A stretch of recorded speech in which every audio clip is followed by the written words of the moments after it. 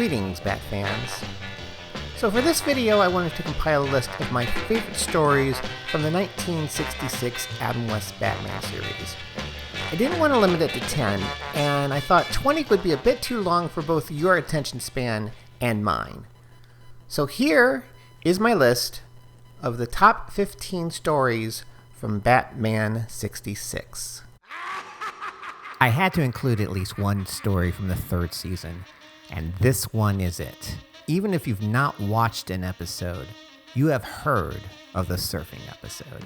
As with most third season stories, the plot is so absurd, you just have to go with it. The Joker invents a machine that robs all the skill and experience of Gotham's champion surfer to absorb for himself in an attempt to win over the youth, which is his first step for achieving world domination. I guess it makes sense if you're an insane criminal dressed as a clown. To save the day, Batman challenges the Joker in a surfing contest. And while most of the footage of the contest is Adam West and Cesar Romero posing in a process shot, I believe that is Adam in costume as you see Batman actually on the board at the end of the contest, as he had prior surfing experience from living and working in Hawaii. The highlights, of course, include Yvonne Craig in that one-piece bathing suit with the peekaboo cleavage. Also, Commissioner Gordon and Chief O'Hara going undercover dressed as beach bums. This is the only time you ever saw them out of their normal wardrobe. Batgirl only appears near the end for the fight scene, and she has no lines while in costume. So we don't get any snarky remarks about how advantageous it is to be a female crime fighter. I never felt that her smugness did her character any favors, and it was really hard to take her seriously as a crime fighter when all her fight choreography were just high kicks and ballet routines, per the directive of producer William Dozer. This was nowhere near the best Catwoman story featuring Julie Newmar, but it's certainly one of the more memorable ones. Our feline foe takes on a young protege named Pussycat, played by fading pop star Leslie Gore, who doses Robin with a drug that turns him into a juvenile delinquent. Burt Ward is completely over the top, spouting cliches in a thick Brooklyn accent while trying to force himself on Pussycat. The musical performances by Leslie Gore were shoehorned in an attempt to win over the youth demographic that would soon abandon this type of bubblegum pop in favor of the psychedelic and drug-fueled music of Sgt. Pepper and Pink Floyd. When it's Batman's turn to turn evil, or so it seems, we get this scene of him and Catwoman alone together in the Batcave, with as much sexual tension that you can get away with on primetime television in the late 1960s. The sexual tension would be taken up a notch with Julie's next and final appearance in a very seductive scene that has become a worldwide meme. Catwoman's marriage proposal and Batman's rejection is what makes this story a memorable one for me. It's funny, but it's also very poignant. And with a few modifications, this could be played out for every iteration of the characters published in the comics ever since. This two-parter was noteworthy for the fact that Adam and Burt are in costume for the entire story. This was the first attempt at making three-part Batman adventures with the idea of turning them into movies for the foreign market. While that never happened, this was the most successful of the three-part adventures. It is also the first big villain team-up. And no, the Catwoman-Sandman team-up before this doesn't really count.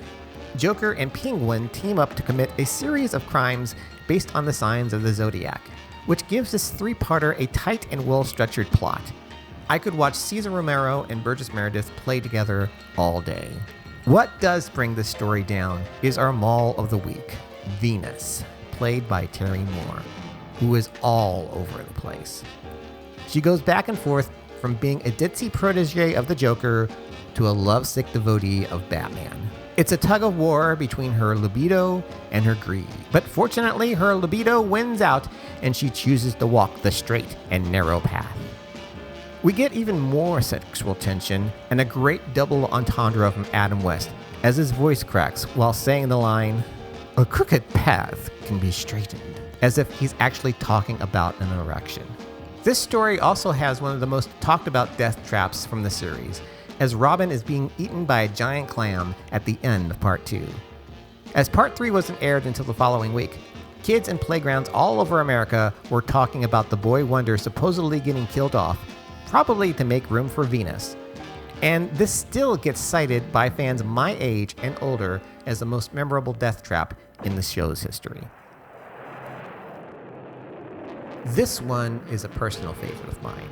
It is here where the Joker's plots go from the amusing to the utterly absurd. He attacks an art gallery exhibit in the opening scene that had to have inspired a similar scene in the 1989 Batman movie. But instead of getting arrested, the Joker is praised as an artistic genius by the pop art movement. He opens a school of art in which only millionaires are allowed to enroll, and Bruce goes undercover to uncover the plot. I love how Bruce gets his digs on the Joker, fighting him with his wit instead of his fist for a change. But the best bit in the story is Joker's bravado, taunting Batman over the phone, not realizing he's standing right behind him, and his slow realization that the priceless paintings he just stole were in fact substituted by paintings done by Alfred. But the fun doesn't stop there, as the Joker goes to get revenge on Bruce Wayne and ends up going up and down the bat poles over and over in some form of twisted torture inflicted by our fateful butler. Special guest villain Liberace completely camps it up with a so bad it's good performance as both Chandel, basically Liberace in all but name, in the same way Prince was known as the Kid in Purple Rain, and his twin brother Harry, a feeble attempt at a James Cagney impersonation to try to be more butch. The musical numbers aren't shoehorned in for once, as the story is all about music, and Liberace was a hell of a musician who played in a variety of styles from classical to ragtime on his own primetime television show. This two-parter is often attributed as the one that got the highest ratings, but this has been debunked recently by the Bat Scholars on the 1966 Batman message board. His interplay with Madge Blake as Aunt Harriet is hysterical and comes off clearly as a gay man tolerating a woman's affection in order to get her money. This is Madge Blake's moment to shine. With Adam and Bert not appearing until the midpoint of part 1, she gets more screen time and gets to play an Aunt Harriet with more confidence than we ever saw in the rest of the series. We also have a trio of Malls, Doe, Ray, and Mimi, who had the most agency of any Mall featured in the series. They take a very active role in the crimes that are committed, and later they turn on Chandel, who yearns to finally give up the crime game once he inherits the Wayne estate by marrying Aunt Harriet. They are both ruthless and alluring, a combination rarely seen in the series, and that includes Catwoman. Frank Gorshin gets to branch out in the last of his 4 appearances in the first season. Aside from his manic Riddler, we see him playing the roles of Charlie Chaplin, a mustache-twirling villain, and an old Western rustler. He also enhances one of the scariest cliffhangers on the show as he fidgets with excitement as Robin is slowly conveyed towards a real buzzsaw, as opposed to a contraption built by the prop department. Sherry Jackson as Pauline is one of the more memorable and glamorous Malls, who took to a life of crime after a failed attempt at show business. Well, at least she didn't turn to doing porn. Commissioner Gordon gets to visit the Batcave in this episode, and he's as giddy as a groupie who's been granted a backstage pass to meet her favorite band. Neil Hamilton always played it straight. However, I don't think he ever realized that a lot of Gordon's admiration of Batman comes off very much like he has a major man crush on Batman. A memorable Catwoman story. Julie Newmar returns after her lone appearance in Season 1 and gives most of the male viewers, and probably some female viewers, a stirring under their utility belts when she had wardrobe sew her into her costume so that it was skin tight. She shows off her talent for playing comedic characters in her disguise as Minerva Matthews, the wealthy recluse. Other highlights include Aunt Harriet dancing to Cat Tootsie, Batman rocketing up an elevator with the help of his bat rockets, and Catwoman straddling atop a big pink rocket. A sex joke that totally went over my head when I watched this as a kid.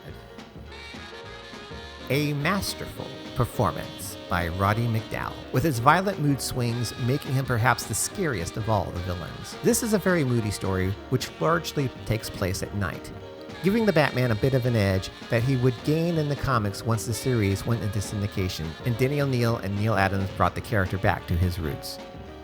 Adam gives me chills when, upon seeing the commissioner presumably assassinated on live television, stares straight to camera and paraphrases the oath that Bruce Wayne swore after his parents' murder in the 2-page origin story from the comics.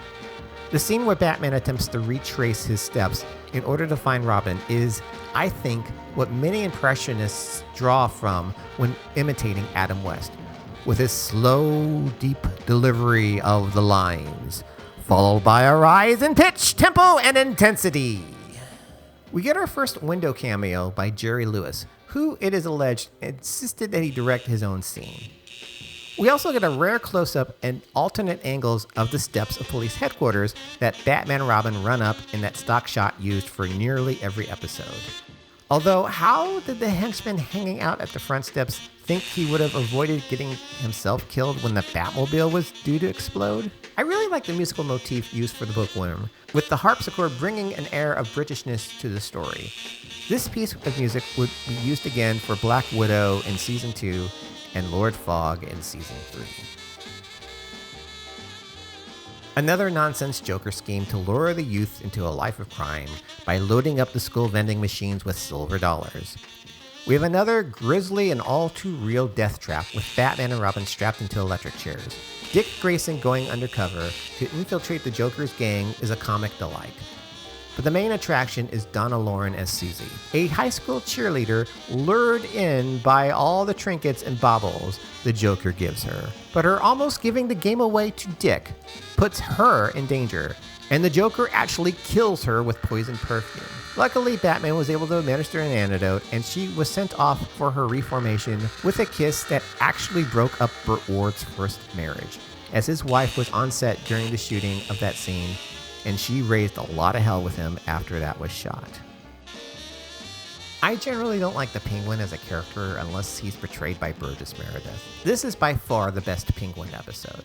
In a plot that would be revisited in both the Filmation cartoon and the movie Batman Returns, the Penguin runs for mayor and attempts to fix the election so that he can run Gotham City dry.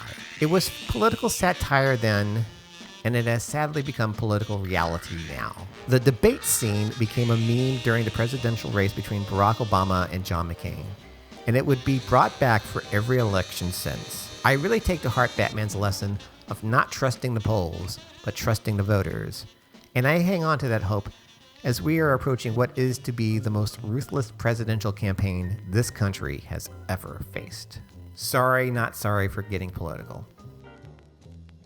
If Two-Face would have been too gruesome for 1966 television, then I suppose the mysterious and sinister False-Face is a worthy substitution. We have another memorable one-shot villain and a very action-packed story. Malachi Throne went uncredited until the end credits of Part 2, as he thought that anyone could have acted that part under that plastic mask. But yet, he puts in a marvelous performance, full of flair, but also very sinister. The visual of the three henchmen, the Fat Man, the Thin Man, and the Short Man, were very memorable. And we also have Blaze, who is perhaps the most well-written Mall in the series. I have to give huge props to Stafford Rep, who gives a convincing performance as False-Face disguised as Chief O'Hara. And we have another memorable death trap with Batman and Robin tied to the subway tracks. Although the oncoming train was obviously a stationary light on a wall at the end of the tunnel, it was still a tense-filled escape for the dynamic duo. The first Cesar Romero Joker story, and his best, based on a 1950s comic story written by David V. Reed. We're introduced to the clown Prince of Crime on the pitching mound at a prison yard softball game, and his escape via a giant spring under the mound is straight out of the goofy nature of those 1950s comic stories. I also enjoy spotting Batman's moving chest emblem between the scenes, and when stunt double Victor Paul is standing in for Burt Ward in several scenes. The voluptuous Queenie was another memorable Mall, and was kind of a prototype for Harley Quinn. The clown mask that Joker wears during his performance at the Opera House would resurface in the opening of The Dark Knight, where it was worn by Heath Ledger's Joker. And the Joker using television to announce his crimes is also straight from the comics and would continue in both the 1989 Batman and The Dark Knight. the pilot episode that set the tone for the whole series. West and Ward set the tone for the entire series by playing it straight while playing up the absurd. We get a little of Batman's backstory, with Bruce referring to the death of his parents. But unlike the comics, where Bruce's dad is a doctor, this story inferences that Bruce's dad was a lawyer, as he tells Dick that he studied all his father's law books to try to find a way to dismiss the Riddler's lawsuit and avoid having to reveal Batman's true identity to the court. Frank Gorshin put the Riddler to the top tier of Batman's rogues gallery with a stellar performance. The beautiful Jill St. John actually gets top billing over Frank Gorshin in the episode credits. She manages to out-seduce Julie Newmar as she coaxes the Batman out on the dance floor, albeit with a little help from the spiked orange juice. Burt Ward acting like Jill St. John as Molly disguised as Robin is a camp highlight of the story. We actually have one of the rare on-screen deaths in the series as Molly meets an explosive end by falling into the Batcave's nuclear reactor. Burt Ward was supposedly taken to the emergency room 4 times during this filming of the pilot episode. It's a wonder that he kept showing up for work. The first and best Catwoman story. One of the moodiest and darkest in terms of lighting and design, which is probably why this was the story that was made into a Viewmaster set. The entire sequence of Batman and Robin trapped in the chamber is both entertaining and suspenseful. The use of a live tiger for the death trap is probably the most exciting cliffhanger in the show's history. Although you can tell that it's not Adam West, but the tiger's trainer sporting a mustache in the Batsuit. And you can clearly see the tiger jumping into a raised platform in the final frames of part 1. Julie Newmar is at her most fierce in Villainous, as the writers didn't play up any affection or attraction the Catwoman would have for Batman in her later appearances. Yes, her performances in the other stories are probably more fondly remembered, as she took it upon herself to make the catsuit more skin-tight in those later stories. This is pure Catwoman, a burglar only out for herself, and her version of the character would not be as villainous again. This, to me, is the ultimate 66 Batman story. You have all 4 of the main villains together. Lee Merriweather takes over as Catwoman, and she does a great job. Though she's not as fondly remembered as Julie or even Eartha Kitt, she was perhaps the most villainous Catwoman. The sexually charged chemistry between Lee and Adam was undeniable. Adam West negotiated a higher salary for his work in the film, as well as extended screen time out of costume, in order to attract the attention of casting directors. But alas, he got very little quality work in the many years after the show was canceled in 1968. Burgess Meredith probably has the most screen time and the most business in the film. Frank Gorshin has a few good moments, but alas, Cesar Romero has very little to do in this picture. But the 3 of them play off each other wonderfully. There is virtually no narration from William Dozier except for the beginning, which I find refreshing, as the Desmond Doomsday expositions can sometimes really drag down an episode. The music score by Nelson Riddle is very jazzy and really helps ramp up the action, excitement, and the more comedic elements of the film. With a bigger budget, we have the Batcopter, the Batboat, and a redesigned Batcycle with a detachable go-kart, the footage of which would be used in the next 2 television seasons. Both the shark repellent sequence and the bomb sequence are ingrained in the meme culture, and they are both, perhaps, what comes to mind of an average pop culture consumer when they think of the 1966 Batman. For a long time, the movie was the only thing available on home video, as it took decades for Fox and Warner Brothers to negotiate the rights to release the TV series to the consumers. I did get to see this once in the cinema in the summer that The Dark Knight was released, and it featured the local Rocky Horror group shadow casting the movie on stage, complete with costumes and props. I had a blast. So that's my list of the top 15 Batman 1966 stories. Of course, your list will vary, so feel free to leave suggestions to what you would have had on your list in the comments below. Thanks for watching, and remember to keep both hands on the bat rope.